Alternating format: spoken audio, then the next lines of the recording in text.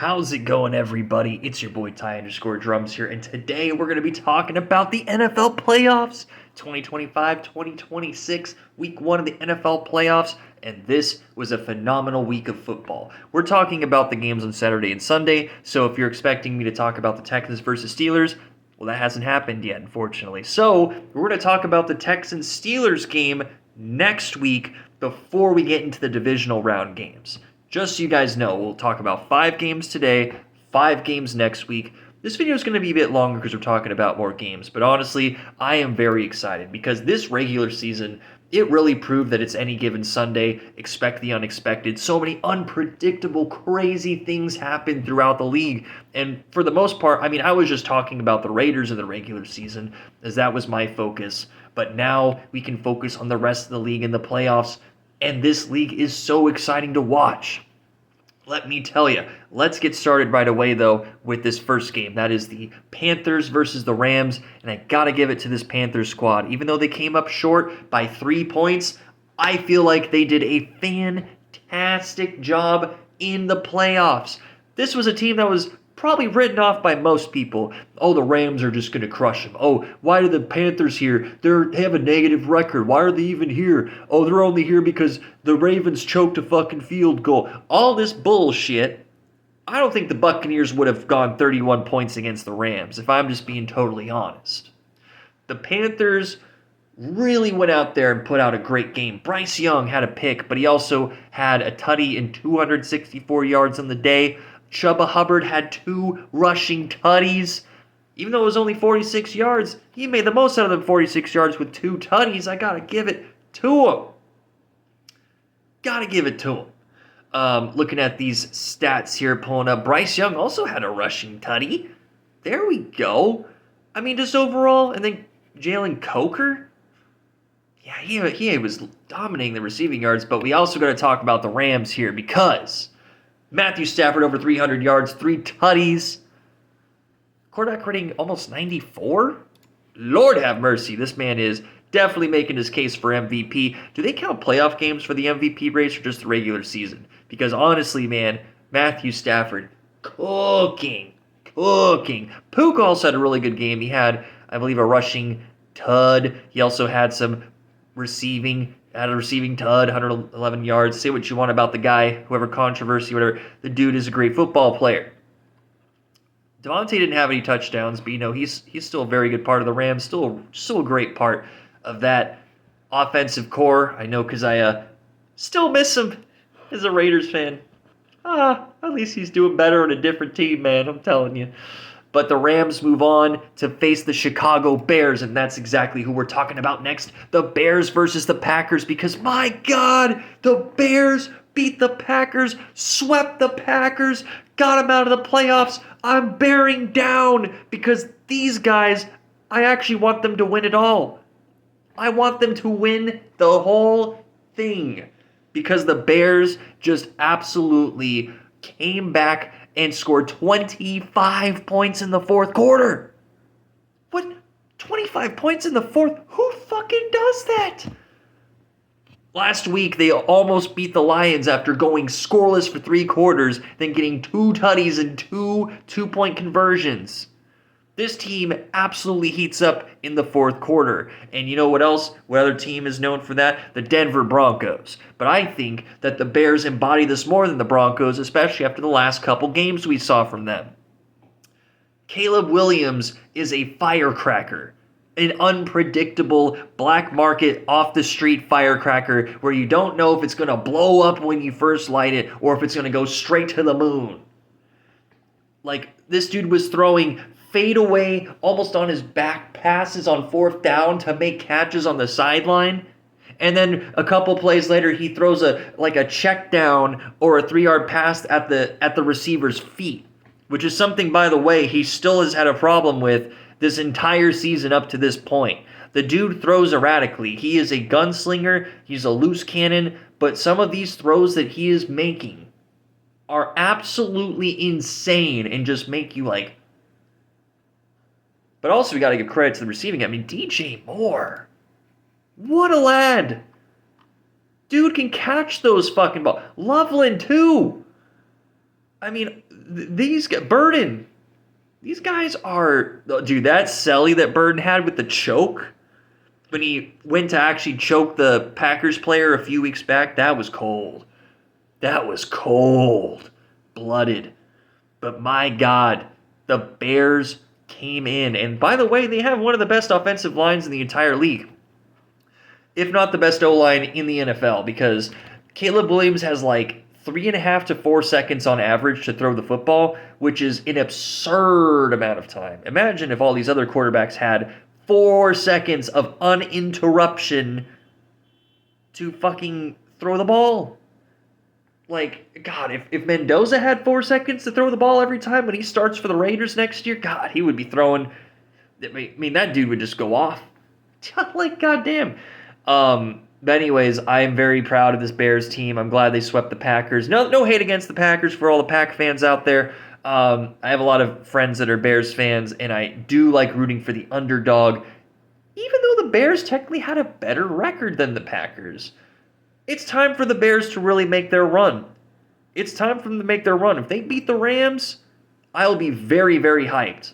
I'll be honest. I am rooting for the Bears against the Rams, even though they are the underdogs. Let's get it straight.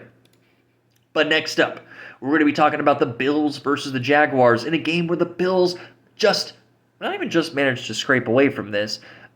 They held the momentum throughout this game based on that first quarter field goal. That actually kept them afloat. And in a league like this, man, that kick could have been missed. Who's the kicker? Prater? Yeah, Prater was on today. But if he missed that first quarter field goal, it would have been a tie game going into overtime. Who knows what happened then? But the thing is, Josh Allen stayed very consistent this game. Almost, 270 yards, tutty. Had the rushing touchdowns, though. 2 rushing touchdowns. This is why Josh Allen is so good. He does not care. He will run the ball, and he will just try and bowl through you. Dude is insane. And, one of the few NFL quarterbacks that isn't afraid to run the fucking ball and risk the CTE. He doesn't give a fuck. He'll run that shit, and he'll run it with class. 11 carries, 33 yards. Better than some of the running backs in this league, I'll tell you that. But yeah, great performance from the Bills. Trevor Lawrence, though, had more tutties.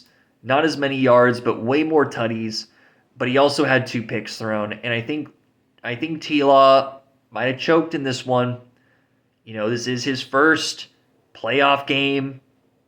The dude was going off in the regular season. Not as bad, not as good as he was going off in college, because he might have the best college record of all time of undefeated streaks. I mean, that dude was insane back then. But, going up against the Bills is hard, especially when the Bills are in their last push, essentially. This is their last year, if not the next year, to really get to the Super Bowl. And they have an uphill battle, but they beat the Jags in this one. They face the Broncos next week. I am curious how that game is going to go, considering the Broncos are more of a second-half team, and the Bills are more of a consistent team, That game could go either way. Same with the Rams and Bears, but one game I will tell you in the divisional round that will not go either way is going to be the 49ers versus the Seahawks. But we first got to talk about the 49ers beating the Eagles and sending them out of the playoffs. The defending Super Bowl champions gone against the Niners that have been riddled with injuries. Not just this year, but last year, 2022, 2021, this entire decade, they have been completely dismantled with injuries. And it is almost comical. It is absurd. But this shows that the Niners squad, despite how many injuries they have strengthened their backup core and their backup core. Because this team has dealt with injuries for so many years that, by God, be damned, whatever, they will have a good squad going out there to play against whatever team they're going up against. These guys are prepared. The problem is, unfortunately, George Kittle tore his Achilles And that is just devastating, man. Kittle is one of the most fun, positive guys in this league. The ultimate Cali bro, right? Like, I'd compare him as like wrestler Matt Riddle. You know, you remember Matt Riddle back in the day, the RK bro. You know, that's what I think of George Kittle. Just a chill guy, just a great guy to be around. I just couldn't believe that happened. And he was also playing through, I guess, a bit of an injury before he actually really tore that Achilles. Man, I just feel really bad for Kittle, man. But the Niners got this win. They go up against the Seahawks. I don't think they're going to beat the Seahawks. I think the Seahawks will absolutely belt to ass the Niners. It's nothing against the Niners. You know, even though I'm a Raiders fan, you know, I was still hoping the Niners would beat the Eagles because I'm not really a big fan of the Eagles. When they played against the Raiders, I was like, I thought they weren't that good. Turns out I wasn't wrong, but I also wasn't right. But now they're out of the playoffs, so fuck it. God, such a great performance from Purdy. Such a great performance from CMC. The fucking trick play. Dude, in the fourth quarter, I couldn't believe what I was seeing. I was like, this is some college shit. But you know when he throws it down, the running back's wide fucking open. And even though Jennings overthrew CMC, he still caught the ball and brought it in. Absolutely insane. Absolutely crazy, dude. I couldn't believe what I was seeing, and it happened. Good shit, 49ers. I hope you survive next week. I'm not counting on it, though. The Seahawks are like the most underrated, under-the-radar team that are just consistently good. And they got that first-round bye for a reason, too. Now let's get into the final game. Chargers versus the Patriots. God, this was a snooze fest, bro. This was just a snooze fest through and through. I'm going to be honest, eventually things started picking up a bit, but it wasn't much. I was on the plane coming back home because I was out of town for the last few days. I just came back into town today. There was someone on the plane that was watching the game, so I got to, kind of check out some stuff there, but there was just nothing good. There was nothing too impressive about this. I mean, Drake May had a good game, one tutty, one pick, but 268 yards. That was good. Justin Herbert, he got sacked 6 fucking times. But Drake May also got sacked 5 times. This was a more defensive game. And the fact that it was a more defensive game made it less... I mean, it was more of a battle of attrition. But I thought things would pick up in this third and fourth quarter like how they usually do. But no, it didn't. Instead, the defense really showed up on these guys' squads. 3 sacks from Odafe Owe on the Chargers, like, golly! And the Pats. Fucking multiple players with 2 sacks. You had Chason, you had fucking Williams, 2 sack games. Like, dude, crazy. Crazy, crazy, crazy. But I gotta give it to them. The Pats... they're back. Love it or hate it. The Patriots are fucking back, baby. And when it comes down to who the Patriots face, it comes down to the Texans or the Steelers. I think the Patriots are going to make it to the conference championships. No problem. If you guys want to know what I'm thinking for the conference championships, I'm going to say who's going to win. I think the Seahawks will beat the Niners. I really want the Bills to beat the Broncos, as they are rivals of the Raiders, same with the Niners, so it might be a little biased, but I also think the Bills need this shot to win the Super Bowl. Bills over the Broncos, Bears over the Rams. And the Patriots are going to win whoever they play, whether it's the Steelers or the Texans, the Patriots will win that. So those are my predictions for next week. I will see you guys next Monday, 7 days from now, to talk about these other 5 games. And that'll do it for this one, folks. It's been your boy Ty_Drum signing off. Take care. Hope you guys enjoyed. When it comes to the regular videos, we will keep those going. We got a bit of a schedule here. Monday will be like my personal upload, whether it's talking about sports, whether it's my own video. I'll put that out on Monday. Tuesday will be a Call of Duty reaction. Wednesday will be a GTA 5 reaction. We have plenty of those all stacked up in the vault, so we're going to get those prioritized. Thursday, any multi-game video, anything that's not COD, that's not GTA, we'll react to on Thursday. Then we'll repeat the cycle Friday, COD, Saturday, GTA, Sunday, multi-game video. And then Monday we'll go right back to that. So, guys, be stoked. Get hyped for this schedule. I'm stoked for it too. But also, thank you all for being here this late. Be sure to take it easy, and I'll see you on the next one. Have a good one, y'all.